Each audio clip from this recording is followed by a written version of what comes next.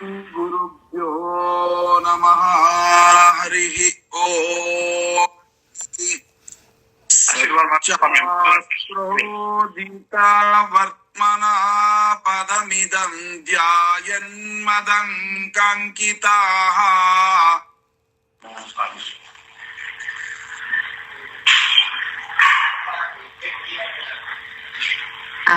ಹೇಳ್ರ ಹಂಗ ಹೇಳ್ರ.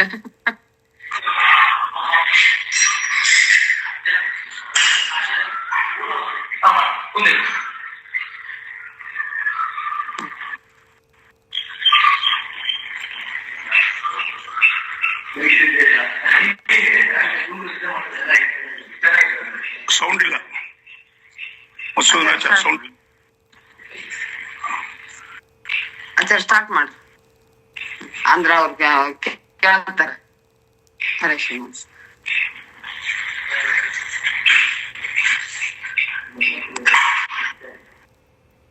ಶ್ರೀನಿವಾಸ ಗುರೋ ರಾಘವೇಂದ್ರ. ಶ್ರವಣ ಮಾಡುವಂತಹ ಎಲ್ಲ ಅಧ್ಯಾತ್ಮ ಬಂಧುಗಳಿಗೂ ಕೂಡ ಪೂರ್ವಕವಾದ ವಂದನೆಗಳನ್ನ ಅರ್ಪಿಸುತ್ತಾ, ಇವತ್ತಿನ ದಿನವೇ ಶುಭ ದಿನ. ಯಾಕೆ ಹೇಳಿದ್ರೆ ಸಾಕ್ಷಾತ್ ಉಡುಪಿಯ ಅಷ್ಟಮಠಗಳಲ್ಲಿ ಒಂದಾದಂತಹ ಋಷಿಕೇಶ ತೀರ್ಥರ ಸಂಸ್ಥಾನದ ದರ್ಶನ, ಮಹಾಸ್ವಾಮಿಗಳವರ ದರ್ಶನ, ಇದು ಕೋಟಿ ಕೋಟಿ ಜನ್ಮದ ಪುಣ್ಯ. ಅಂತದ್ದು ಇವತ್ತು ಪ್ರಾರಂಭದಲ್ಲಿ ಸಿಕ್ಕಿದೆ ಅಂದ್ರೆ ಇವತ್ತಿನ ದಿನವೇ ಶುಭ ದಿನವು. ಹಾಗಾಗಿ ಅಂತಹ ಮಹಾಸ್ವಾಮಿಗಳವರ ಅಡಿದಾವರೆಗಳಲ್ಲಿ ಅನಂತಾನಂತ ಶಿರಸಾಷ್ಟಾಂಗ ನಮಸ್ಕಾರಗಳನ್ನ ಅರ್ಪಿಸುತ್ತಾ ಇವತ್ತಿನ ದಿನದ ವಿಚಾರವನ್ನ ನಾವು ತಿಳಿದುಕೊಳ್ಳುವುದಾದರೆ, ಶತಾನಂದ ಉವಾಚ ಬ್ರಹ್ಮರುದ್ರಾದಿವಂದ್ಯಂ ತ್ವಾಂ ಭಜೆ ವೆಂಕಟನಾಯಕಂ ನಿವಾರಯಿಸ್ವಾನಿಷ್ಟಾನಿ ಸಾಧಯೇಷ್ಟಾನಿ ಮಾಧವ. ಶತಾನಂದ ಉವಾಚ ವಾಸವೇತು ಗತೆ ರಾಜನ್ ವಾಸುದೇವೋ ವದತ್ಸುರಾನ್. ಅವರು ಹೇಳ್ತಾ ಇದ್ದಾರೆ, ಹೇ ಜನಕರಾಜ, ಅಂದ್ರೆ ಹಿಂದಿನ ಮಾತನ್ನ ವಿವರಣೆ ಕೊಡ್ತಾರೆ. ಇಂದ್ರದೇವರು ಆಕಾಶರಾಜನ ಬಳಿಗೆ ಹೋದಾಗ ಶ್ರೀನಿವಾಸ ದೇವತೆಗಳನ್ನ ಕುರಿತು ಹೇಳ್ತಾನಂತೆ. ಏನಂತ?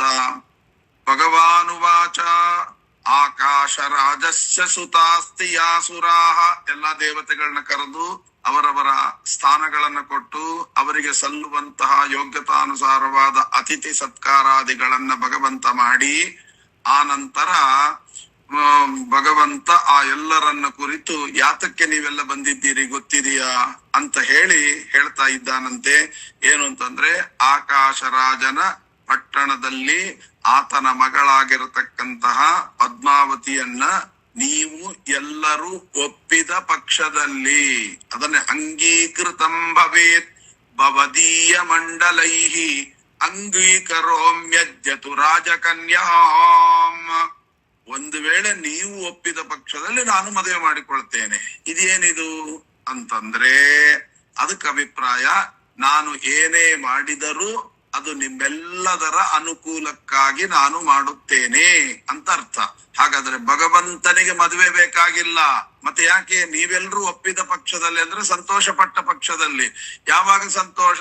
ಭಗವಂತನ ಕಲ್ಯಾಣ ಮಹೋತ್ಸವವನ್ನ ಕಣ್ತುಂಬ ನೋಡ್ಕೊಂಡು ಆನಂದ ಪಡೋರು ಉಳಿದವರೆಲ್ಲ, ದೇವತೆಗಳು, ನಾವೆಲ್ಲ. ಯಾಕೆ? ಅವನಿಗೆ ಅದರಿಂದ ಏನ್ ಬೇಕಾಗಿಲ್ಲ, ಅವನು ಸ್ವರಮಣ. ಆದ್ದರಿಂದ ಅವನಿಗೆ ಆಲ್ರೆಡಿ ಮದುವೆ ಆಗೋಗಿದೆ. ಮತ್ತೆ ಯಾಕೆ? ತನ್ನ ಭಕುತರಿಗಾಗಿ ಮದುವೆಯನ್ನ ಹವಣಿಸಿಕೊಂಡ ನಮ್ಮ ದೇವರ ದೇವ. ಅದನ್ನ ಇಲ್ಲಿ ಸ್ಪಷ್ಟೀಕರಿಸಿದರೆ, ಅಂಗೀಕೃತಂ ಚೇತ್ ಭವದೀಯ ಮಂಡಲೈಹಿ ಅಂಗೀಕರೋದ್ಯಜ್ಯತು ರಾಜಕನ್ಯಾಂ. ವಾಸುದೇವ ವಚ ಶ್ರುತ್ವಾ ವಾಸುದೇವಾತ್ಮಜಾದಿಕಾಃ ವಾಕ್ಯಮಾಹುರ್ಮಹಾರಾಜ ವಾಸುದೇವ ಪರಾಯಣಾಃ. ವಾಸುದೇವ ಭಕ್ತರಾಗಿರತಕ್ಕಂತ ಬ್ರಹ್ಮದೇವರೇ ಮೊದಲಾಗಿರತಕ್ಕಂತ ದೇವತೆಗಳು ವಾಸುದೇವನ ಮಾತನ್ನ ಕೇಳಿ ಹೀಗೆ ಹೇಳ್ತಾ ಇದ್ದಾರೆ. ಏನ್ ಹೇಳಿದ್ರು? ಬ್ರಹ್ಮಾದಿದೇವಾ ಊಚುಹು. ಎಲ್ಲರೂ ಹೇಳ್ತಾ ಇದ್ದಾರೆ, ಸ್ವಾಮಿ ಏನು ಮಾತನಾಡ್ತಾ ಇದ್ದೀರಿ? ವಯಂತು ದಾಸ ಭಾವೇನ ತಿಷ್ಠಾಮ ಪುರುಷೋತ್ತಮ ತಸ್ಮಾತ್ ತತ್ಪ್ರಸಾದಾತ್ ಅಯಂ ಸರ್ವೇ ಪಶ್ಯಾಮೋ ಅತ್ರ ಮಹೋತ್ಸವಂ. ನಾವೆಲ್ಲರೂ ಕೂಡ ನಿಮ್ಮ ಸೇವಾನುಸೇವಕರ ದಾಸಾನುದಾಸರು. ಹೀಗಿರುವಾಗ ನಿನ್ನೆದುರಿಗೆ ಮಾತನಾಡ್ಲಿಕ್ಕೂ ಅಸಮರ್ಥರು.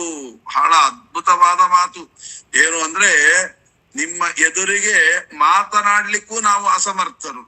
ನಾವು ಈ ವಿವಾಹ ಮಹೋತ್ಸವವನ್ನ ನೋಡಿ ಆ ಆನಂದವನ್ನ ಕಣ್ತುಂಬ ತುಂಬಿಕೋಬೇಕು ಅಂತ ನಾವು ಬಂದಿದ್ದೇವೆ ಸ್ವಾಮಿ.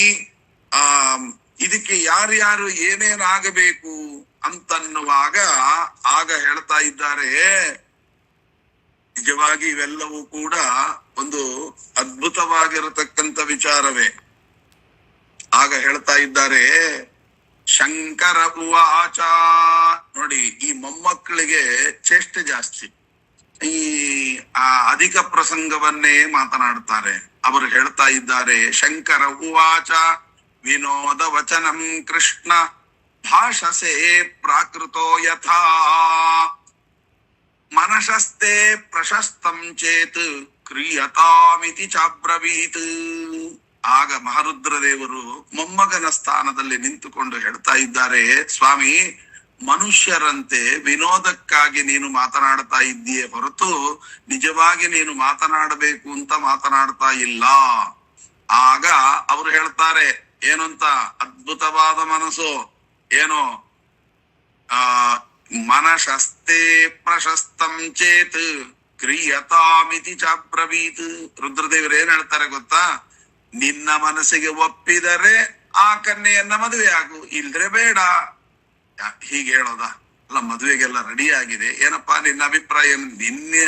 ನಿನ್ ಮನಸ್ಸಿಗೆ ಬೇಕಾ ಮದುವೆ ಮಾಡ್ಕೊ, ಮನಸ್ಸಿಗೆ ಬರ್ಲಿಲ್ವಾ ಬಿಟ್ಟಾಕು. ಏನ್ ಬಿಟ್ಟಾಕ್ಲಿಕ್ಕೆ ಏನ್ ತರಕಾರಿ ಅದು? ಈ ಮದುವೆ ಎಲ್ಲ ಸಿದ್ಧ, ದಿಪ್ಪಣ ಗಿಪ್ಪಣ ಎಲ್ಲ ಬಂದಾಗಿದೆ, ಅವರು ರೆಡಿ ಆಗಿದ್ದಾರೆ, ಈಗ ಬೇಕಾದ್ರೆ ಮಾಡ್ಕೊ, ಬಿಟ್ರೆ ಬಿಡು ಅಂತ ರುದ್ರದೇವರು ಹೇಳ್ತಾರಲ್ಲ. ಇದರ ಅಭಿಪ್ರಾಯ ಏನು ಅಂತಂದ್ರೆ ಅದಕ್ಕೆ ಹೇಳ್ತಾರೆ, ಮನಶಸ್ತೆ ಪ್ರಶಸ್ತಂ ಚೇತ್. ವ್ಯಾಖ್ಯಾನಕಾರರು ಅದಕ್ಕೆ ಉತ್ತರ ಬರೀತಾರೆ, ರುದ್ರದೇವರು ಮನೋನಿಯಾಮಕರಾಗಿದ್ದಾರೆ. ಆದ್ದರಿಂದ ಆದರೆ ನಾನು ಇಡೀ ಜಗತ್ತಿನ ಎಲ್ಲರ ಮನಸ್ಸನ್ನ ನಿಯಮನೆ ಮಾಡುವವನಾದ್ದರಿಂದ ನನಗೆ ಮನೋನಿಯಾಮಕರು ಅಂತ ಕರೀತಾರೆ. ಹಾಗೆ ರುದ್ರದೇವರು ಯಾಕೆ ಹೇಳಿದ್ರು ಮನಸ್ಸಸ್ತೆ, ನಿನಗೆ ಮನಸ್ಸಿದ್ರೆ ಮಾಡಿ ಆಗು ಅಂತ ಯಾಕೆ ಹೇಳಿದ್ರು ಅಂದ್ರೆ, ನಾನು ಎಲ್ಲರಿಗೆ ಮನೋನಿಯಾಮಕ, ಆದ್ರೆ ನಿನಗೆ ಮನೋನಿಯಾಮಕನಲ್ಲ ಅನ್ನೋದನ್ನ ಹೇಳ್ತಾ ಇದ್ದಾರೆ ಮಹಾರುದ್ರದೇವರು. ನಿನಗೆ ನಾನು ಮನೋನಿಯಾಮಕನಾಗಿರೋದಿಲ್ಲ. ನಿನ್ನ ಮನಸ್ಸಿಗೆ ಒಪ್ಪಿಗೆಯಾದರೆ ಅಂದ್ರೆ ಏನರ್ಥ? ನಿನ್ನ ಮನಸ್ಸನ್ನ ನೀನೇ ನಿಯಂತ್ರಣ ಮಾಡುವನು. ಆದ್ದರಿಂದ ನಿನ್ನ ಯಾಕಂದ್ರೆ ನಾನು ಈಗ ಬೇರೆಯವರಿಗೆ ಹೇಳಿದ್ರೆ ನಾನ್ ನಿನ್ನ ಮನಸ್ಸನ್ನ ನಿಯಮನ ಮಾಡ್ತೇನೆ, ಮದುವೆ ಮಾಡ್ಕೊ ಅಂತ ಹೇಳ್ಬೋದು. ನಿನಗೆ ನಾನು ಏನೇ ಹೇಳಲಿಕ್ಕಾಗತ್ತೆ? ನಿನ್ನ ಮನಸ್ಸನ್ನ ನೀನೇ ನಿಯಮನ ಮಾಡಿಕೊಳ್ಳುವಂತನು. ಆದ್ದರಿಂದ ನಿನ್ನ ಮನಸ್ಸಿಗೆ ಮನಶಸ್ತೆ ಪ್ರಶಸ್ತಂ ಚೇತ್, ನಿನ್ನ ಒಪ್ಪಿಗೆ ಆದ್ರೆ ವಿವಾಹವಾಗು ಅಂತ ಇಷ್ಟು ಹೇಳಿದ್ದಾರೆ. ಇಷ್ಟು ಹೇಳಿದ ನಂತರ ಮಹರುದ್ರ ದೇವರ ಮಾತನ್ನ ಕೇಳಿ ಶಂಕರಸ್ಯ ವಚ ಶ್ರುತ್ವ ಪ್ರಶಂಸ ಅಂಸನ್ ಹರಿಹಿ ತತಶ್ಚತುರ್ಮುಖ ಪ್ರಾಹ ಶೇಷಾಚಲ ಪ್ರತಿಂ ಪ್ರತಿ. ಆ ರುದ್ರದೇವರ ಮಾತನ್ನ ಕೇಳಿ ಮಹಾಸ್ವಾಮಿ ಶ್ರೀನಿವಾಸ ನಗುತ್ತಾ ಇದ್ದಾನಂತೆ. ಯಾಕೆ ನಕ್ಕ ಅಂತ ಪ್ರಶ್ನೆ. ಅದಕ್ಕೆ ವ್ಯಾಖ್ಯಾನಕಾರ ಹೇಳ್ತಾರೆ, ನಾನೇನೋ ನಿನ್ನನ್ನ ದಾರಿ ತಪ್ಪಿಸೋಣ ಅಂತ ನೀನು ಹೂ ಅಂದ್ರೆ ಮದುವೆ ಮಾಡ್ಕೊಂತೀನಿ, ಇಲ್ಲದ್ರೆ ಇಲ್ಲ ಅಂದೆ. ನೀನು ಆ ಟ್ರ್ಯಾಕ್ ತಪ್ಪಲಿಲ್ಲ, ಕರೆಕ್ಟ್ ಆಗಿ ಹೇಳಿದೆ. ಏನಂತ? ನಾನು ಉಳಿದವರ ಮನಸ್ಸನ್ನ ಮಾತ್ರ ನಿಯಮನ ಮಾಡೋನು, ನಿನ್ನ ಮನಸ್ಸನ್ನ ನಿಯಮನ ಮಾಡೋನು ಅಲ್ಲ ಅಂತ ನೀನು ಹೇಳಿದಿ. ಈ ತರ ನೀನು ಹೇಳ್ತಾ ಇರೋದನ್ನ ಸರಿಯಾದ ಮಾರ್ಗದಲ್ಲೇ ಇದ್ದಿ, ದಾರಿ ತಪ್ಪಲಿಲ್ಲ ಅಂತ ಆ ವಿಷಯವನ್ನ ಶ್ರೀನಿವಾಸ ನಗುವಿನ ಮುಖಾಂತರ ತಿಳಿಸಿದ. ಆದ್ದರಿಂದ ನಗುತ್ತಾ ಅವನನ್ನು ಹೇಳ್ತಾ ಇದ್ದಾನೆ. ಬ್ರಹ್ಮದೇವರು ಶೇಷಗಿರೀಶನಾಗಿರತಕ್ಕಂತ ಶ್ರೀನಿವಾಸನನ್ನ ಕುರಿತು ಬ್ರಹ್ಮದೇವರು ಹೇಳ್ತಾರಂತೆ, ಸರ್ವಜ್ಞಸ್ತ್ವಂ ದಯಾಸಾರಃ ಸತ್ಯ ಸಂಕಲ್ಪಾನುವಾನಸಿ ಅಷ್ಟವರ್ಗಂ ತತಃ ಕಾರ್ಯಂ ವಿವಾಹಾತ್ ಪೂರ್ವಮೇವ ಹಿ. ಇಲ್ಲಿಂದ ಶುರುವಾಗುತ್ತೆ ನೋಡಿ ವಿವಾಹ. ಆ ವಿವಾಹ ಮಾಡೋದಕ್ಕಿಂತ ಮುಂಚೆ ಏನ್ ಮಾಡ್ತಾರೆ ಅಂತಂದ್ರೆ, ವಿವಾಹಕ್ಕಿಂತಲೂ ಪೂರ್ವದಲ್ಲಿ ಅಷ್ಟವರ್ಗ ಅಂತ ಮಾಡ್ತಾರೆ. ವಿವಾಹದ ಪ್ರಾರಂಭ ಅದು. ಅಷ್ಟವರ್ಗ ಆಯ್ತಾ ಅಂತ ಕೇಳ್ತಾರೆ. ಆಯಿತು ಅಂತಂದ್ರೆ ಏನು? ಅಷ್ಟವರ್ಗ ಅಂದ್ರೆ ಅಷ್ಟ ಅಂದ್ರೆ 8, ವರ್ಗ ಅಂದ್ರೆ ಗುಂಪು ಅಂತ ಅರ್ಥ.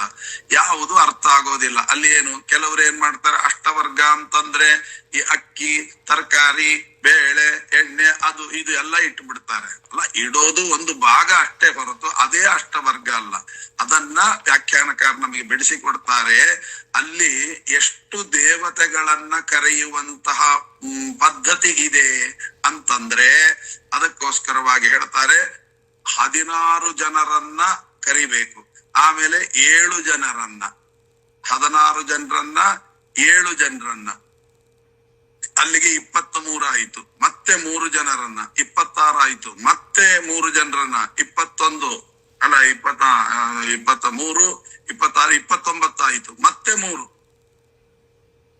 32 ಜನ ಆಯ್ತು. ಮತ್ತೆ 3, 32, 33, 35.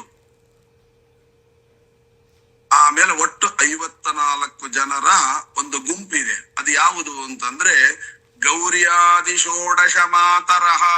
ವ್ಯಾಖ್ಯಾನಕಾರ ಅದನ್ನ ವಿವರಣೆ ಕೊಡ್ತಾರೆ. ಗೌರಿಯೇ ಮೊದಲಾಗಿರತಕ್ಕಂತ 16 ಜನ ದೇವತೆಗಳನ್ನ ಕರೆಯುವ ಒಂದು ವರ್ಗ. ಹೇಗೆ? ಗೌರಿ, ಪದ್ಮ, ಶುಚಿ, ಮೇಧಾ, ಸಾವಿತ್ರಿ, ವಿಜಯ, ಜಯ, ದೇವಸೇನಾ, ಸುಧಾ, ಸ್ವಾಹ, ಮಾತರೋ ಲೋಕಮಾತರಃ, ಧೃತಿ, ಪುಷ್ಟಿ, ತಥಾ ತುಷ್ಟಿರಾತ್ಮಾನಃ ಕುಲದೈವತಂ ಅನ್ನುವಂತಹದ್ದು ಒಟ್ಟು ಒಂದು ಗುಂಪು. 16 ದೇವತೆಗಳ ಒಂದು ಗುಂಪು. ಮತ್ತೊಂದು ಗುಂಪಿದೆ, 7 ದೇವತೆಗಳ ಒಂದು ಗುಂಪು. ಅದು ಯಾವುದು? ಬ್ರಾಹ್ಮಿ, ಮಾಹೇಶ್ವರಿ, ಚೈವ ಕೌಮಾರಿ, ವೈಷ್ಣವೇ, ತಥಾ ವಾರಾಹಿ ಚ ತತೇಂದ್ರಾಣಿ, ಚಾಮುಂಡ, ಸಪ್ತಮಾತರಃ. ಈ ಸಪ್ತಮಾತರಗಳನ್ನ ಬೇರೆ, ಷೋಡಶ ಮಾತರಃ, ಸಪ್ತಮಾತರಃ, ಇಷ್ಟು ಜನರ ಕರಿಬೇಕು. ಇದು 2ನೇ ಗುಂಪಾಯಿತು. 3ನೇ ಗುಂಪು ಸತ್ಯವಸಂಜಕ ವಿಶ್ವೇದೇವ ನಾಂದಿ ಮುಖ ಭೋರ್ಭವಸ್ತತ್ಪಾಹ ನಮಯ್ಯಂಚ ವೃದ್ಧಿ ಅಂತ ಹೇಳಿ ಆ ಸತ್ಯವಸು ಸಂಜ್ಞಕರಾಗಿರತಕ್ಕಂಥ ವಿಶ್ವೇ ದೇವತೆಗಳ ಒಂದು ಗುಂಪು. ಅದಾದ ಮೇಲೆ ಮಾತೃ ಪಿತಾಮಹಿ ಪ್ರಪಿತಾಮಹೀನಾಮ್ ಅಂತ ತಾಯಿಯ ಒಂದು ಗುಂಪು. ಅದು 4 ವರ್ಗ. ಮಾತೃ ಪಿತಾಮಹಿ ಪ್ರಪಿತಾಮಹಿಗಳ ಒಂದು ಗುಂಪು, ಅದು ಒಂದು 4ನೇ ವರ್ಗ. ಅದು 3 ಜನ ಆಯಿತು. ಆಮೇಲೆ 5ನೇ ವರ್ಗ ಯಾವುದು ಅಂತ ಕೇಳಿದ್ರೆ ಪಿತೃಪಿತಾಮಹ ಪ್ರಪಿತಾಮಹ. ಮಾತೃ ಪಿತಾಮಹಿ ಪ್ರಪಿತಾಮಹಿ ಅವ್ರನ್ನ ನಾಂದಿಯಲ್ಲಿ ಕರೆಯುವಂತದ್ದು. ಆಮೇಲೆ ಪಿತೃಪಿತಾಮಹ ಪ್ರಪಿತಾಮಹರನ್ನ ನಾಂದಿ ವರ್ಗದಲ್ಲಿ ಕರೆಯತಕ್ಕಂಥದ್ದು. ವ್ಯತ್ಯಾಸ ಏನು? ಶ್ರಾದ್ದದಲ್ಲೂ ಕರೀತೇವಲ್ವಾ ಅಂತಂದ್ರೆ ಅದಕ್ಕೆ ವ್ಯತ್ಯಾಸ ಹೇಳ್ತಾರೆ.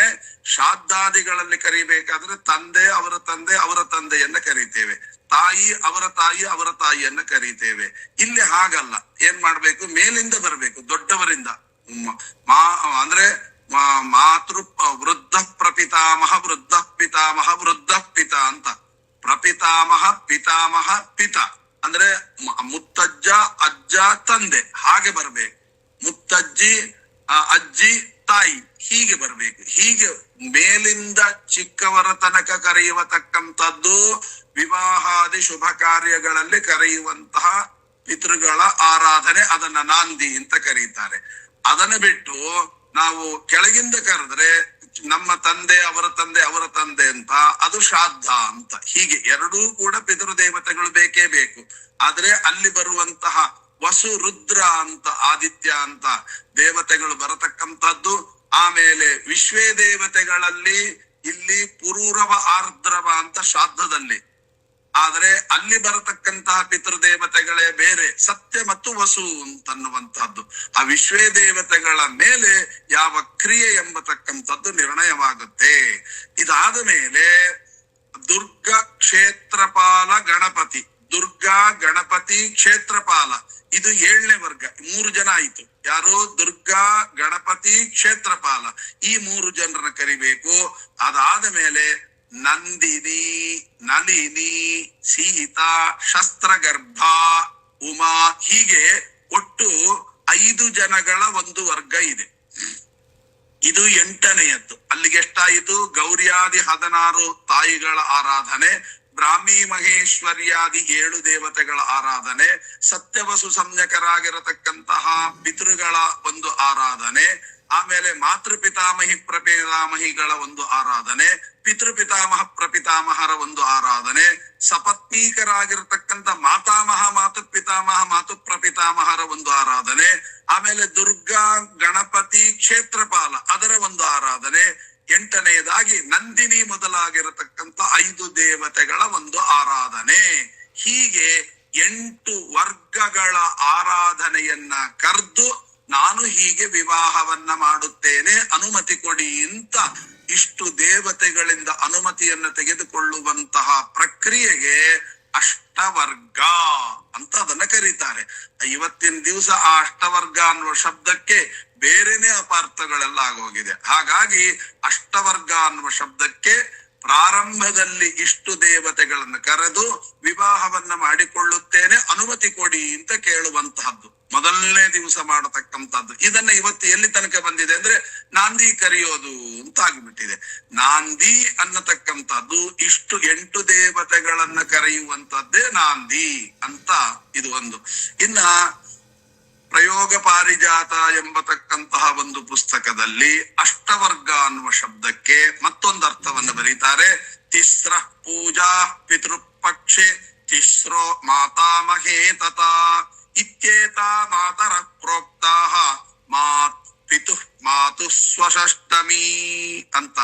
ಪಿತೃ ಪಿತಾಮಹ ಪ್ರಪಿತಾಮಹರ ಒಂದು ವರ್ಗ, ಆಮೇಲೆ ಮಾತು ಪಿತಾಮಹಿ ಪ್ರಪಿತಾಮಹಿ ಅಂತ ಒಂದು ವರ್ಗ, ಪಿತು ಸ್ವಸ ಮಾತು ಸ್ವಸ ಅಂತ ಒಂದು ವರ್ಗ. ಹೀಗೆ ಅದು 3, ಇದು 3, ಇದು 2, ಅಲ್ಲಿಗೆ ಒಟ್ಟು 6, 7, 8 ಈ 8 ವರ್ಗಗಳಿಗೆ ಅಷ್ಟವರ್ಗ ಅಂತ ಕರಿಬೇಕು ಅಂತ ಅಲ್ಲಿ ಬರೆದಿದ್ದಾರೆ. ಇವೆಲ್ಲವನ್ನು ಕೂಡ ನಾವು ಬೇರೆ ಬೇರೆ ಗ್ರಂಥಗಳಿಂದ ನಾವು ತಿಳಿಯಬಹುದಾದಂತಹದ್ದು. ಒಟ್ಟು ಆ ಬ್ರಹ್ಮದೇವರು ಹೇಳ್ತಾರೆ, ಅಷ್ಟವರ್ಗಂ ತತಃ ಕಾರ್ಯಂ ವಿವಾಹಾತ್ ಪೂರ್ವಮೇವಹಿ. ಸ್ವಾಮಿ, ನೀನು ಸರ್ವಜ್ಞನಾಗಿದ್ದಿ, ಸತ್ಯ ಸಂಕಲ್ಪನಾಗಿದ್ದಿ. ಮದುವೆಯ ಮುಹೂರ್ತಕ್ಕೆ ಮುಂಚಿತವಾಗಿ ಗಣಪತಿ ಪೂಜೆ, ವರುಣ ಪೂಜೆ, ನವಗ್ರಹಾರಾಧನೆ, ನಾಂದಿ ದೇವತಾ, ಇಷ್ಟ ದೇವತಾ, ಕುಲದೇವತಾ, ಆಮೇಲೆ ಗೌದಾನಿಕ ವ್ರತ, ಸಮಾವರ್ತನ ಎಂಬತಕ್ಕಂಥ ವ್ರತ, ಇವೆಲ್ಲವನ್ನು ಕೂಡ ಸೇರಿದಂತಹ ಒಂದು ಅಷ್ಟವರ್ಗ ಅಂತ ಇದನ್ನ ಕರೀತಾರೆ. ಇದೊಂದು ಗುಂಪು, 8 ಕಾರ್ಯಗಳ ಒಂದು ಗುಂಪು.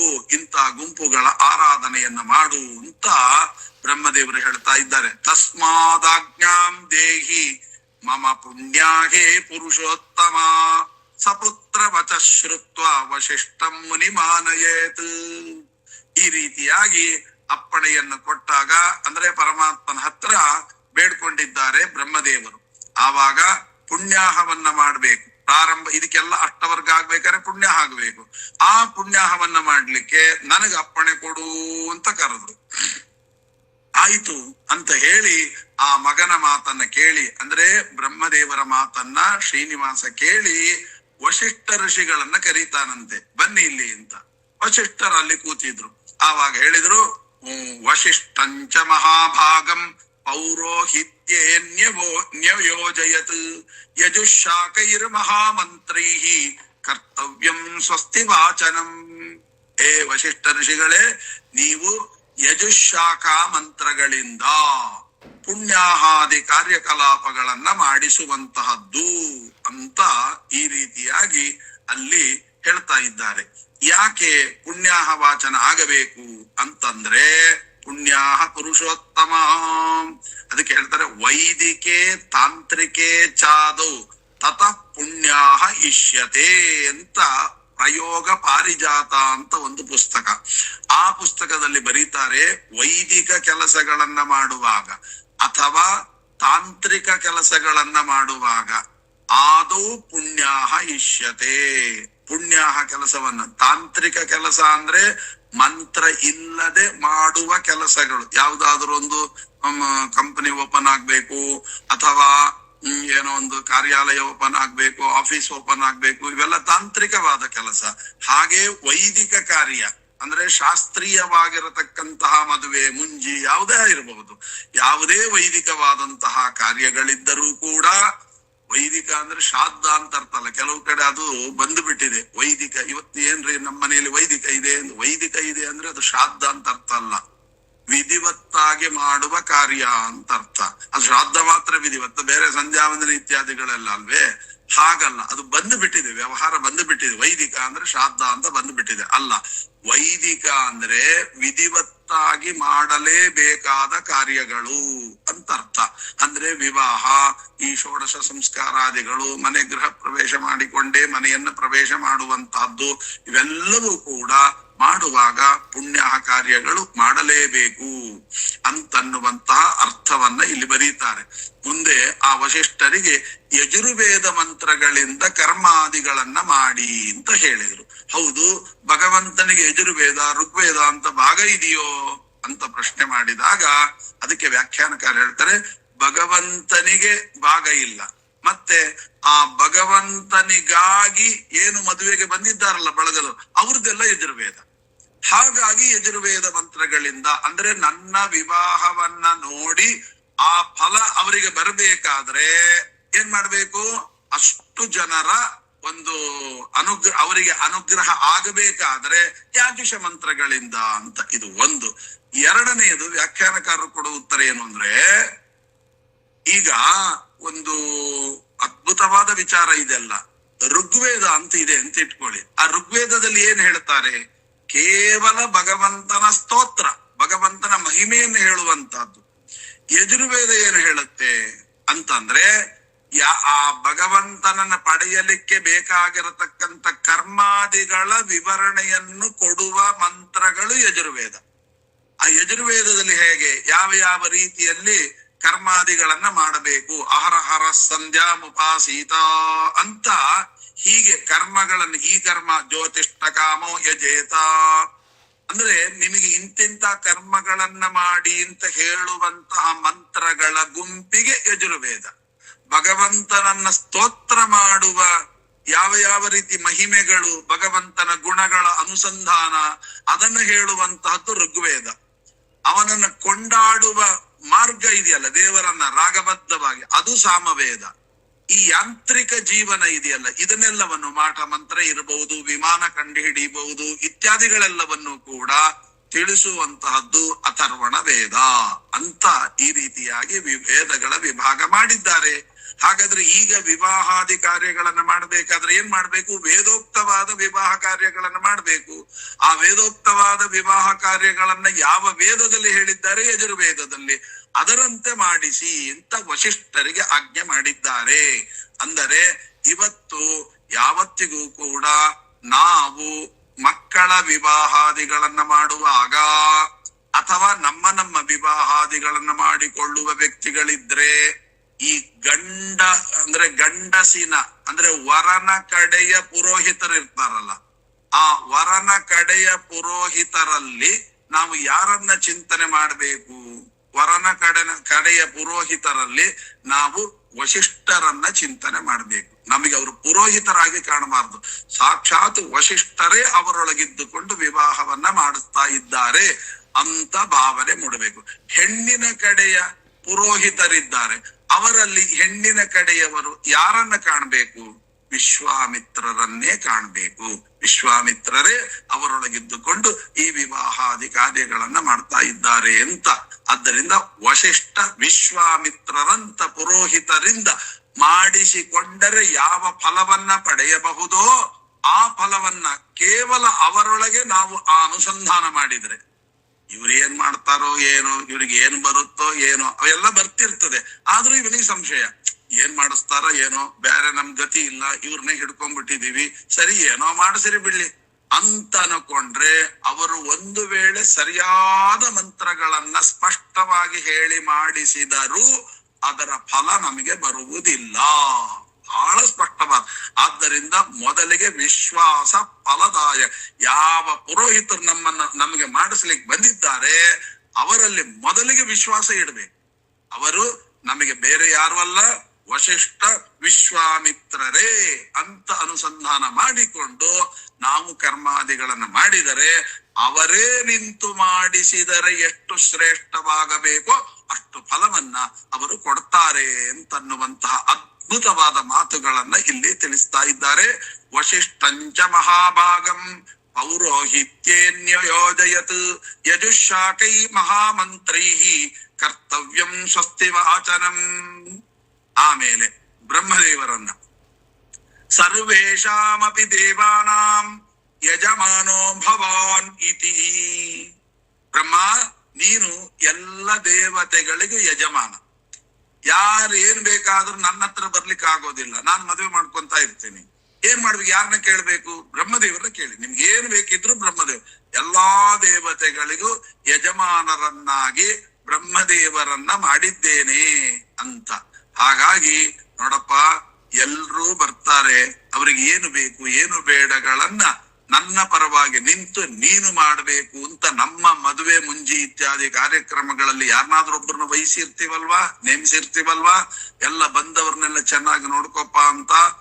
ಆಗ ಇವನು ನನ್ನ ಕೆಲಸದ ಆಳು, ಇವನು ಮಾಡ್ತಾನೆ ಅಂತಲ್ಲ. ಆಗ ಏನು ಚಿಂತನೆ ಮಾಡ್ಬೇಕಂತೆ? ವಿವಾಹಾದಿ ಕಾರ್ಯಗಳಲ್ಲಿ ಎಲ್ಲ ಬಂದು ಹೋಗುವವರನ್ನೆಲ್ಲ ನೋಡಿ ವಿಚಾರಿಸಿ ಮಾತನಾಡಿ ಅವರಿಗೆ ಬೇಕಾದ ಉಪಚಾರಾದಿಗಳನ್ನ ಮಾಡ್ಲಿಕ್ಕೆ ಒಬ್ಬ ವ್ಯಕ್ತಿಯನ್ನ, ವಿಶ್ವಾಸ ಪೂರ್ವಕವಾದ ಒಬ್ಬ ವ್ಯಕ್ತಿಯನ್ನ ನಾವು ನೇಮಿಸಿರ್ತೀವಿ.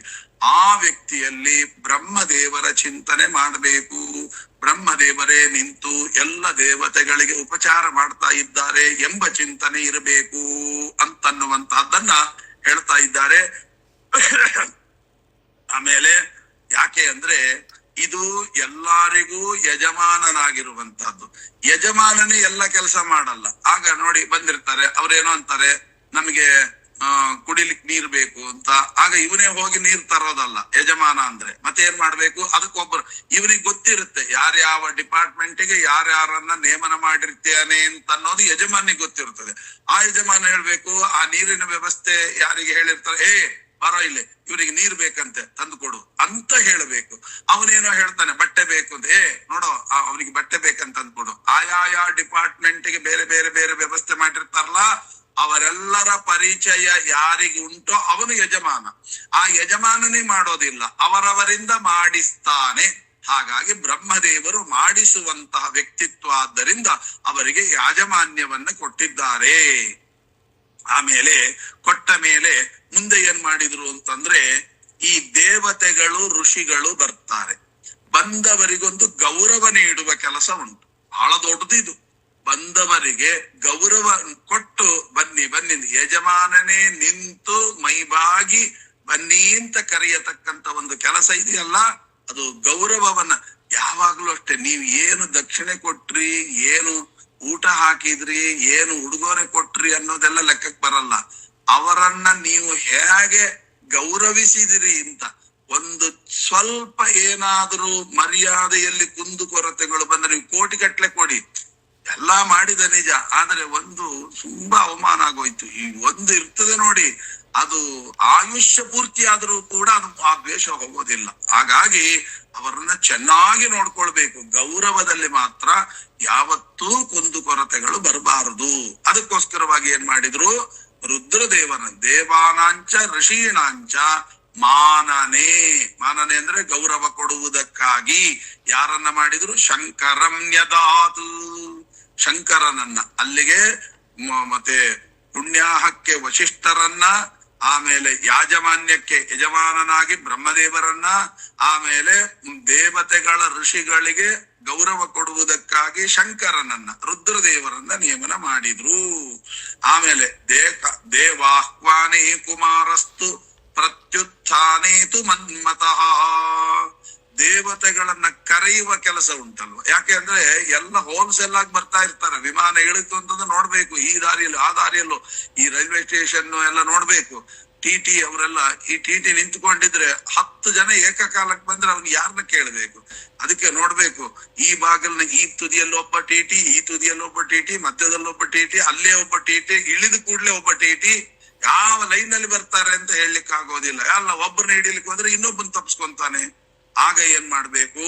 ಹೇಗೋ ಹಾಗೆ ಇಲ್ಲಿ ದೇವತೆಗಳನ್ನ ಕರಿಬೇಕಾದ್ರೆ ಒಬ್ಬರಿಗೆ ಗೌರವ ಕೊಡ್ತಿರ್ತಾನೆ, ಇನ್ನೊಬ್ರು ಆ ಕಡೆ ಹೊಟ್ಟೋಗ್ಬಿಡ್ತಾನೆ.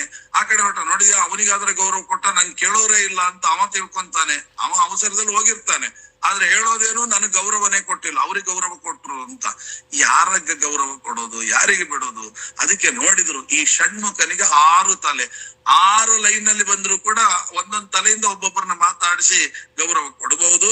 ಹಾಗಾಗಿ ಏನ್ ಮಾಡಿದ್ರು, ದೇವಾಹ್ವಾನೇ ಕುಮಾರಸ್ತು ಪ್ರತ್ಯುತ್ಥಾನೇ ಚ ಮನ್ಮತಃ, ದೇವತೆಗಳನ್ನ ಕರೆಯುವ ಕೆಲಸದಲ್ಲಿ ಕುಮಾರಸ್ವಾಮಿ ನೀನು ಮುಖ್ಯನಾಗು. ಯಾಕೆ ಅಂತಂದ್ರೆ ಈ ದೇವತೆಗಳ ಸೇನೆ ಇದೆಯಲ್ಲ, ಆ ಸೇನೆಗೆ ಸೇನಾಧಿಪತ್ಯವನ್ನ ವಹಿಸಿದಂತಹ ಸೇನಾಧಿಪತಿ ಈ ಷಣ್ಮುಖ ಸ್ಕಂದ.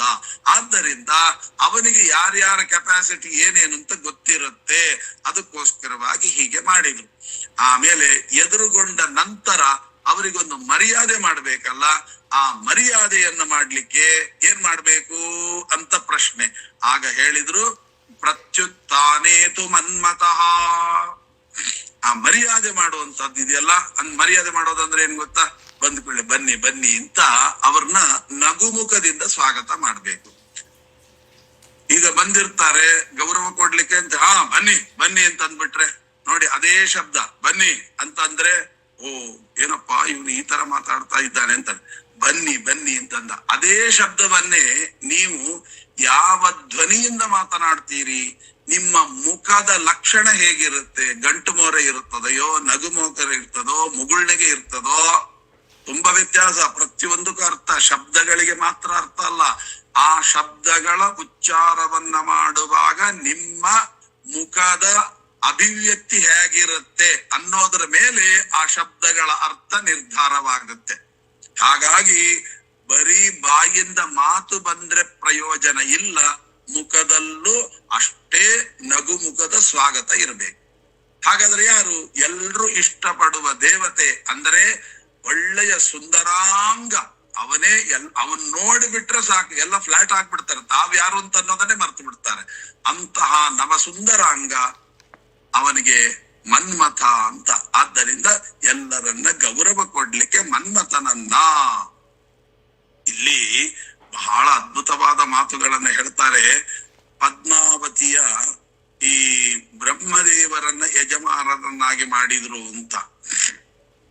ಅಂದ್ರೆ ಪದ್ಮಾವತಿಯ ವಿವಾಹದಲ್ಲಿ ನೀನೇ ಪ್ರಧಾನ ಪುರೋಹಿತ. ಪುರೋಹಿತ ಅಂದ್ರೆ ಏನು? ಬ್ರಹ್ಮದೇವರೇ ನೇತೃತ್ವದಲ್ಲಿ ಮಾಡೋದು ವಿಶ್ವಾಮಿತ್ರ ಆಗಿರ್ಬಹುದು, ಆದ್ರೆ ಮುಖ್ಯ ನೀನ್ ಹೇಳಿದ ಹಾಗೆ ಅವ್ರು ಕೇಳಬೇಕು ಅನ್ನೋದನ್ನ ಅವರನ್ನ ಹೇಳ್ತಾರೆ. ಏನು ಅಂದ್ರೆ ಪುಣ್ಯಾಹ ವಾಚನದಿಂದ ಹಿಡಿದುಕೊಂಡು ವಸಂತ ಪೂಜೆ ಅಂತ ಉಂಟು. ವಸಂತ ಪೂಜೆ ಅಂದ್ರೆ ಏನ್ ಗೊತ್ತಾ? ವಸಂತ ಪೂಜೆ ಅಂದ್ರೆ ಆ ಆನೆ, ವಸಂತ ಅಂದ್ರೆ ಆನೆ ಅಂತ ಅರ್ಥ. ಆ ಆನೆಯ ಪೂಜೆ ಐರಾವತ ಪೂಜೆ ಅಂತ. ಉಪ್ಪಿನ ಆನೆ, ಅಕ್ಕಿ ಆನೆ ಅಂತ ಮಾಡಿ ಪೂಜೆ ಮಾಡ್ತಾರಲ್ಲ, ಇದಕ್ಕೆ ವಸಂತ ಪೂಜಾ ಅಂತ ಶಾಸ್ತ್ರದಲ್ಲಿ ಕರೆದಿದ್ದಾರೆ. ಆದ್ದರಿಂದ ಅಲ್ಲಿಯ ತನಕ ಎಲ್ಲವೂ ಶಾಸ್ತ್ರೀಯ ಪ್ರಯೋಗ, ಆಮೇಲೆ ಎಲ್ಲ ವ್ಯಾವಹಾರಿಕವಾಗಿರತಕ್ಕಂತಹದ್ದು. ಹಾಗಾಗಿ ಇದೆಲ್ಲವೂ ಕೂಡ ಯಾವುದರಿಂದ ನಡೆಯಬೇಕು? ಯಜುರ್ವೇದದಿಂದಲೇನೆ ನಡೆಯಬೇಕು. ಯಾರ ನೇತೃತ್ವ? ಬ್ರಹ್ಮದೇವರ ನೇತೃತ್ವ. ಪುರೋಹಿತರು ಯಾರು? ವಶಿಷ್ಠರು ಹಾಗೂ ವಿಶ್ವಾಮಿತ್ರರು. ಹೀಗೆ ಮಾಡಬೇಕು. ನಂತರ ಬ್ರಹ್ಮದೇವನಿಗೆ ದೇವತೆಗಳೆಲ್ಲ ನೀನೇ ಯಜಮಾನ ಅಂದ್ರೆ ಸ್ವತಂತ್ರಾಧಿಕಾರಿ ಅಂತ. ವಿವಾಹದ ಮುಖ್ಯ ಫಲ ಅಂದ್ರೆ ಏನರ್ಥ? ಇಡೀ ವಿವಾಹವನ್ನ ನಡೆಸಿದ ಪುಣ್ಯದ ಪ್ರಧಾನ ಫಲವನ್ನ ಪಡೆಯತಕ್ಕಂಥದ್ದು ಬ್ರಹ್ಮದೇವರು ಎಂಬುದಾಗಿ ಇಲ್ಲಿ ಹೇಳಿದ್ದಾರೆ. ಇಲ್ಲಿ ದೇವ ಋಷಿಗಳ ಆಹ್ವಾನ ಮಾಡ್ಲಿಕ್ಕೆ ಷಣ್ಮುಖನನ್ನ ಅಂತ ಹೇಳಿದ್ರು. ಯಾಕೆ ಅಂದ್ರೆ ಸಭಾಪತಿಯಾಗಿರತಕ್ಕಂತ ರುದ್ರದೇವರು ಯಾರನ್ನ ಎಲ್ಲಿ ಕೂಡಿಸ್ಬೇಕು ಅಂತ ತಿಳಿಸ್ತಾ ಇರ್ತಾರೆ. ಆಗ ರುದ್ರದೇವರು ಹೇಳ್ತಾರೆ ಅವ್ರನ್ನ ಈ ಕುರ್ಚಿಯಲ್ಲಿ ಕೂಡಿಸು, ಇವ್ರನ್ನ ಈ ಕುರ್ಚಿಯಲ್ಲಿ ಕೂಡಿಸು ಅಂತ ಹೇಳಿದ ಮೇಲೆ ಆ ರೀತಿಯಾಗಿ ಕೂಡಿಸ್ಬೇಕಲ್ಲ, ಕೈ ಹಿಡಿದು ಕರ್ಕೊಂಡ್ ಬಂದು. ಅದನ್ನ ಮನ್ಮಥ ಮತ್ತು ಸ್ಕಂದಾದಿಗಳು ಮಾಡಿದ್ದಾರೆ ಅಂತ ಹೀಗೆ ಅರ್ಥ ಮಾಡಬೇಕು. ಇದಾದ ಮೇಲೆ ಮರ್ಯಾದೆಯನ್ನ ಮಾಡುವಂತಹ ಕೆಲಸದಲ್ಲಿ ಕಾಮದೇವ ಈ ರೀತಿಯಾಗಿ ವಶಿಷ್ಠ, ರುದ್ರ, ಷಣ್ಮುಖ, ಕಾಮರಿಗೆ ಕೆಲಸ ಮಾಡುವಂತೆ ತಾಂಬೂಲವನ್ನ ಕೊಟ್ಟಿದ್ದಾರೆ. ತಾಂಬೂಲವನ್ನ ಕೊಡೋದು ಅಂತಂದ್ರೆ ಹಾಗೆ ಮಾಡಿ ಅಂತ ಹೇಳಬಾರದು. ನಾವು ಮಾಡೋ ತಪ್ಪು, ನೀವು ನಿಮ್ ಜವಾಬ್ದಾರಿ ಅಂತ ಹೇಳಿದ್ರೆ ಪ್ರಯೋಜನ ಇಲ್ಲ. ಅದ ಮತ್ತೆ ಏನ್ ಮಾಡ್ಬೇಕು? ಯಜ್ಞ ಯಾಗಾದಿಗಳಲ್ಲಿ ಇವತ್ತು ಕಾಣ್ತೇವೆ. ಈಗ ಅದು ಬಿಟ್ಟು ಹೋಗಿದೆ ಅಂತ ಇಟ್ಕೊಳ್ಳಿ. ಯಜ್ಞ ಯಾಗಾದಿಗಳನ್ನ ಈಗ ಒಂದು ಹೋಮ ಮಾಡ್ತೀರಿ, ನಾವೇನ್ ಹೇಳ್ತೀವಿ? ಆಚಾರ್ಯ ನೀವು ಖಾಲಿ ಇದ್ದೀರಾ? ಖಾಲಿ ಇದ್ದೀರಾ, ಹಾಗಾದ್ರೆ ಒಂದ್ ಕೆಲಸ ಮಾಡಿ, ಎಳ್ಳು ನೀವು ಹಾಕ್ರಿ, ಸಮಿದೆ ನೀವು ಹಾಕ್ರಿ, ಚರು ನೀವು ಹಾಕ್ರಿ ಅಂತ ನಾವ್ ಹೇಳಿಬಿಡ್ತೀವಿ. ಅವ್ರು ಪಾಪ ಆಯಿತು ಅಂತ ಕೂತ್ಕೊಂತಾರೆ. ಅವರು ಆಹುತಿಯನ್ನ ಕೊಟ್ರೆ ಯಜ್ಞದಲ್ಲಿ, ಅಂದ್ರೆ ನೀವ್ ಹೇಳಿದ್ರಿ ಆಚಾರ್ಯ ನೀವು ಚರು ಹಾಕ್ರಿ, ನೀವು ಎಳ್ಳು ಹಾಕ್ರಿ, ನೀವು ಸಮಿದೆ ಹಾಕ್ರಿ, ನಾನು ತುಪ್ಪ ಹಾಕ್ತೀನಿ, ಹೋಮ ಮಾಡೋಣ. ಸರಿ ಆಯ್ತು, ಆಚಾರ ಬಂದ್ರು, ಮಡಿ ಉಟ್ಕೊಂಡ್ರು, ಕೂತ್ಕೊಂಡ್ರು. ಬೇರೆ ಬೇರೆ ಯಾರೋ ಸುಮ್ಮನೆ ನಿಮ್ಗೆ ಕಾರ್ಯಕ್ರಮಕ್ಕೆ ಅಂತ ಬಂದವರು ಖಾಲಿ ಇದ್ದೀರಾ ಬನ್ನಿ ಕೂಡ್ರಿ ಅಂತ ಹೇಳ್ಬಿಟ್ಟು ಕೂಡಿಸ್ಬಿಟ್ಟು ಹೋಮ ಕೂಡಿಸ್ಬಿಟ್ರಿ. ಹೋಮ ಆಯ್ತು. ಫಲ ಯಾರಿಗೆ? ಅವರವರಿಗೆ ಫಲ. ನಿಮ್ಗೇನು ಅದರಿಂದ, ಅವ್ರು ಏನು ಸಮಿದೆ ಹಾಕಿದ್ರಲ್ಲ ಆ ಫಲ ನಿಮಗೆ ಬರ್ಲಿಲ್ಲ. ಅವ್ರೇನು ಎಳ್ಳು ಹಾಕಿದ್ರಲ್ಲ ಆ ಫಲ ನಿಮಗೆ ಬರ್ಲಿಲ್ಲ. ಅವ್ರೇನ್ ಚರು ಹಾಕಿದ್ರಲ್ಲ ನಿಮಗೆ ಫಲ ಬರ್ಲಿಲ್ಲ. ಮತ್ತೆ ಯಾವಾಗ ಫಲ ಬರುತ್ತೆ ಅಂತಂದ್ರೆ, ಅವರನ್ನ ಬರೀ ಬಾಯಿಂದ ಹೇಳಿದ್ರೆ ಅಲ್ಲ, ಮತ್ತೆ ಏನ್ ಮಾಡ್ಬೇಕು? ಅಡಿಕೆ, ವೀಳ್ಯದೆಲೆ, ದಕ್ಷಿಣೆ, 2 ದರ್ಬೆ ಇಟ್ಟು ಅವರಿಗೆ ಅಸ್ಮಿನ್ ಉಪಹೋಮೆ ತಿಲ ಆಹುತ್ಯರ್ಥಂ, ಆಮೇಲೆ ಋತ್ವಿಜತ್ವೇನ ಋಣೀಮಹೇ ಅಂತ ಹೇಳಿ ಅವನಿಗೆ ಇದನ್ನು ವೀಳ್ಯ ಕೊಡ್ಬೇಕು. ಕೊಟ್ಟ ಕೂಡ್ಲೆ ಅವರು ಆ ತಾಂಬೂಲಾದಿಗಳನ್ನ ತೆಗೆದುಕೊಂಡು, ಅದಕ್ಕೆಲ್ಲ ಹೇಳಿದ್ದಾರೆ ಅವರಿಗೆಲ್ಲ ಕೂಡಿಸಿಬಿಟ್ಟು ಅವರಿಗೆ ಪಚ್ಚ ಕರ್ಪೂರ, ಕೇಸರಿ ಮಿಶ್ರಿತವಾಗಿರತಕ್ಕಂತ ಬೆಳ್ಳಿಯ ಲೋಟದಲ್ಲಿ ಹಾಲನ್ನು ಕೊಡ್ಬೇಕಂತೆ. ಹಾಲನ್ನ ಕೊಟ್ಟ ನಂತರ ಅವರು ಕುಡಿಬೇಕು. ಆ ನಂತರ ಅವರಿಗೆ ಆಚಮನಕ್ಕೆ ನೀರು ಕೊಡ್ಬೇಕು. ನೀರು ಕೊಟ್ಟ ಮೇಲೆ ಪವಿತ್ರ ಮಾಡ್ಕೊಂಡು ಹಾಕೊಳ್ಳಿಕ್ಕೆ 2 ದರ್ಬೆ ಕೊಡ್ಬೇಕು. ಅವರು ಅದನ್ನು ಪವಿತ್ರ ಮಾಡಿ ಕೈಗೆ ಪವಿತ್ರ ಹಾಕೊಂತಾರೆ. ಆಮೇಲೆ ವಸ್ತ್ರ ಕೊಡ್ಬೇಕು, ದೀಕ್ಷಾ ವಸ್ತ್ರ ಅಂತ. ಆ ವಸ್ತ್ರವನ್ನು ಉಟ್ಕೊಳ್ಬೇಕು. ಅಡಿಕೆ, ವೀಳ್ಯದೆಲೆ, ತಾಂಬೂಲ ಇದನ್ನು ಕೊಟ್ಟು, ಸ್ವಾಮಿ ಇಂಥ ಹೋಮದಲ್ಲಿ ಎಳ್ಳು ಹಾಕಲಿಕ್ಕೆ ನಿಮ್ಮನ್ನ ನಿಯೋಜನೆ ಮಾಡಿದ್ದೇನೆ. ಇಂಥ ಗೋತ್ರೋತ್ಪನ್ನರಾಗಿರತಕ್ಕಂತಹ ಇಂತಹ ಹೆಸರಿನಿಂದ ಕೂಡಿದ ಬ್ರಾಹ್ಮಣರನ್ನ ನಾನು ಎಳ್ಳು ಹಾಕಲಿಕ್ಕೆ ಅಥವಾ ಚರು ಹಾಕಲಿಕ್ಕೆ ಅಥವಾ ಸಮಿದೆ ಹಾಕಲಿಕ್ಕೆ ನಿಮ್ಮನ್ನ ನಿಯೋಜನೆ ಮಾಡಿದ್ದೇನೆ ಅಂತ ಹೇಳ್ತಾರೆ. ಅದನ್ನ ತೆಗೆದುಕೊಂಡು ಅವರು ಹೇಳ್ತಾರೆ, ಯಥಾಜ್ಞಾತಂಕರಿಷ್ಯಾಮಿ ಅಂತ ಹೇಳ್ತಾರೆ. ನನಗೆ ಏನು ಗೊತ್ತಿದೆಯೋ, ನನಗೆ ಹಿರಿಯರು ಏನು ಉಪದೇಶ ಮಾಡಿದ್ದಾರೋ ಆ ಮಾರ್ಗದಂತೆ ನಿಮ್ಮ ಕೆಲಸವನ್ನ ನಡೆಸಿಕೊಡುತ್ತೇನೆ ಅಂತ ಹೇಳಿ ಅವರನ್ನ, ಮತ್ತೆ ಅವರು ಹೇಳ್ತಾರೆ. ಹೇಳಿದ್ಮೇಲೆ ಹೋಮ ಮಾಡ್ಬೇಕು. ಹೋಮ ಎಲ್ಲ ಆದ್ಮೇಲೆ ಹಾಗೆ ಬಿಟ್ರೆ ಫಲ ಹೊಟ್ಟೋಯ್ತು. ಮತ್ತೆ ಏನ್ ಮಾಡ್ಬೇಕು? ಇಷ್ಟು ಹೋಮ ಮಾಡಿದ್ದೀರಿ ನನ್ನ ಪರವಾಗಿ ಅಂತ ಹೇಳಿ ಅಡಿಕೆ, ವೀಳ್ಯದೆಲೆ, ದಕ್ಷಿಣೆ, ಅದಕ್ಕೆ ಆ ಹೋಮಕ್ಕೆ ಎಷ್ಟು ಕೊಡಬಹುದೋ ಅಷ್ಟು ದಕ್ಷಿಣಾದಿಗಳನ್ನ ಅವರಿಗೆ ಕೊಟ್ಟು, ಸ್ವಾಮಿ ನೀವು ಎಳ್ಳು ಹಾಕಿ ಯಾವ ಹೋಮವನ್ನ ಮಾಡಿದ್ದೀರೋ ಅದರ ಪೂರ್ಣ ಫಲ ನನಗೆ ಬರುವಂತೆ ಅನುಗ್ರಹ ಮಾಡ್ರಿ ಅಂತ ಹೇಳಿದಾಗ ಅವರಿಗೆ ತಥಾಸ್ತು ಅಂತ ಹೇಳಿ ಅವರು ನಿಮಗೆ ಮಂತ್ರಾಕ್ಷತೆ ಹಾಕಿ ಆಶೀರ್ವಾದ ಮಾಡಿದಾಗ ಆ ಯಜ್ಞದ ಫಲ ನಿಮಗೆ ಸಮರ್ಪಣೆ ಆಗುತ್ತೆ. ಸುಮ್ಮನೆ ಹಾಗೆ ಹಾಕ್ರಿ ಅಂತ ಹೇಳಿದ ಕೂಡಲೇ ಹಾಕಿದ್ರೆ ಆ ಫಲಾದಿಗಳು ಬರೋದಿಲ್ಲ. ಹಾಗಾದ್ರೆ ಮೊದಲಿಗೆ ನಾವು ಮಾಡಬೇಕಾಗಿರತಕ್ಕಂತ ಕೆಲಸ ಅವರಿಗೆ ಋತ್ವಿಜ ವರ್ಣನೆ ಅಂತ ಹೇಳ್ತಾರೆ. ಆ ಋತ್ವಿಜರಿಗೆ ನಾವು ತಾಂಬೂಲಾದಿಗಳನ್ನ ಕೊಟ್ಟು ನಮ್ಮ ಹೋಮದಲ್ಲಿ ಅವರನ್ನ ನಿಯೋಜನೆ ಮಾಡಬೇಕು. ಆಗಲೇ ಅದರ ಪೂರ್ಣ ಫಲ ಅಂತನ್ನುವಂತದನ್ನ ಜಗತ್ತಿಗೆ ತೋರಿಸಿಕೊಡುವುದಕ್ಕಾಗಿ ಪರಮಾತ್ಮ ತಾನು ಮಾಡ್ತಾ ಇದ್ದಾನೆ. ಒಬ್ಬೊಬ್ಬರಿಗೂ ಕೂಡ ಹೂವಿಳ್ಯಗಳನ್ನ ಕೊಟ್ಟು ಇದು ಮಾಡ್ತಾ ಇದ್ದಾನೆ. ಗೃಹಾಣ ವೀಟಿಕಾಂ ಚಾತ್ರ. ವೀಟಿಕಾ ಅಂದ್ರೆ ವೀಳ್ಯದೆಲೆ, ಅಡಿಕೆಯನ್ನ ಇಟ್ಟು, ಅಡಿಕೆ ಒಳಗಡೆ ಇಟ್ಟು ವೀಳ್ಯದಲ್ಲಿ ಸುತ್ತಿ ಅದಕ್ಕೆ ಬಾಳೆ ನಾರಿನಿಂದ ಮಡಿಗೆ ಬರ್ಬೇಕಲ್ವಾ, ಹಾಗಾಗಿ ವೀಳ್ಯದೆಲೆ ಇಡಬೇಕು, ಅದರೊಳಗೆ ಅಡಿಕೆ ಇಡಬೇಕು, ಅದನ್ನ ಸುತ್ತಬೇಕು. ಸುತ್ತಿ ಬಿಟ್ಟು ಬಾಳೆ ನಾರಿನಿಂದ ಕಟ್ಟಿರ್ಬೇಕು. ಅದನ್ನ ವೀಳ್ಯ ಅಂತ ಕರೀತಾರೆ. ಅದು ದಕ್ಷಿಣ ಸಹಿತವಾಗಿ ಕೊಟ್ಟಿರ್ಬೇಕು. ಅದನ್ನ ಕೊಡ್ತಾನೆ. ತಾಂಬೂಲ ಕೊಟ್ಟು ಏನ್ ಮಾಡ್ತಾನೆ? ಎಲ್ಲಾ ದೇವತೆಗಳಿಗೂ ವ್ಯವಸ್ಥೆಯನ್ನ ಮಾಡ್ತಾನೆ. ಕೊನೆಗೆ ಗೃಹಾಣ ವೀಟಿಕಾಂಚಾತ್ರ ಪಾಕಾರ್ಥಂ ಹವ್ಯವಾಹನ. ಇಷ್ಟೆಲ್ಲ ಆಯಿತು. ಆದ್ರೆ ಅಡಿಗೆಗೆ ಪ್ರಧಾನ ಅಲ್ವಾ, ಅದಕ್ಕೆ ಯಾರಿಗೆ ಕೊಡ್ಬೇಕು? ಆಗ ಅಗ್ನಿಯನ್ನ ಕರೆದರಂತೆ. ಹವ್ಯವಾಹನ. ಹವ್ಯವಾಹನ ಅಂದ್ರೆ ಏನು? ಅಗ್ನಿ ಅಂತ ಅರ್ಥ. ಅಗ್ನಿ ಅಂದ್ರೆ ನೋಡಿ, ಅವನ ಹೆಸರು ಹವ್ಯವಾಹನ ಅಂತ. ಅಂದರೆ ಹವ್ಯ ಕವ್ಯ ಅಂತ. ಹವ್ಯ ಕವ್ಯ ಅಂದ್ರೆ ಏನು? ದೇವತೆಗಳಿಗೆ ಆಹುತಿಯನ್ನು ಕೊಡುವ ಚರುವನ್ನು ನಿರ್ಮಾಣ ಮಾಡುವವ ಅಂತ ಅರ್ಥ. ಕವ್ಯವಾಹನ ಅಂದ್ರೆ ಪಿತೃಗಳಿಗೆ ಆಹಾರಾದಿಗಳನ್ನ ಕೊಡುವ, ಪದಾರ್ಥ ನಿರ್ಮಾಣ ಮಾಡುವವ ಅಂತ ಅರ್ಥ. ಈಗ ದೇವತೆಗಳ ಕಾರ್ಯಕ್ಕೆ ಬಂದಿದ್ದಾನೆ, ಹಾಗಾಗಿ ಅವನನ್ನ ಹವ್ಯವಾಹನ ಅಂತ ಕರೆದಿದ್ದಾರೆ. ಅದಕ್ಕೆ ಅವನಿಗೆ ವೀಟಿಕಾಂ ಗೃಹಾಣ, ವೀಳ್ಯದಲ್ಲಿ ಕೊಟ್ಟು, ಅಡಿಕೆ ವೀಳ್ಯದಲ್ಲಿ ಕೊಟ್ಟು, ಅಸ್ಮಿನ್ ಪಾಕಾರ್ತೆ ಶ್ರೀನಿವಾಸ ಕಲ್ಯಾಣ ಮಹೋತ್ಸವ ಕಾಲೇ ಪಾಕಾರ್ತೆ ಅಗ್ನಿಂ ಆಕಾರ್ತೆ ನಿಯೋಜಯಾಮಿ ಅಂತ ಹೇಳಿ ಕೊಟ್ರು ಅಗ್ನಿ. ಆಗ ಯಥಾಜ್ಞಾತಂ ಕರಿಷ್ಯಾಮಿ, ನಾನು ನನಗೆ ದೇವರು ಏನು ತೋಚಿಸಿದ್ದಾರೋ ಅದರಂತೆ ನಾನು ಮಾಡ್ತೇನೆ ನಿನ್ನ ಅನುಗ್ರಹದಿಂದ ಅಂತ ತಾಂಬೂಲವನ್ನು ಸ್ವೀಕಾರ ಮಾಡ್ತಾನೆ. ನೋಡಿ, ಇದು ಬಹಳ ಮುಖ್ಯ. ನಾವು ಇದನ್ನೇ ಮರ್ತು ಬಿಡ್ತೇವೆ ಎಷ್ಟೋ ಕಡೆ. ಬಾರಪ್ಪ ಕಾಲಿದ್ದೀರೇನ್ರಿ, ಬರ್ರಿ ಕೂಡ್ರಿ, ಒಂದಿಟ್ಟು ನೀವು ಎಳ್ಳು ಹಾಕ್ರಿ, ನೀವು ಸಮಿತಿ ಹಾಕ್ರಿ, ಏನೇನೇನೇನು ಉಪಯೋಗ ಇಲ್ಲ.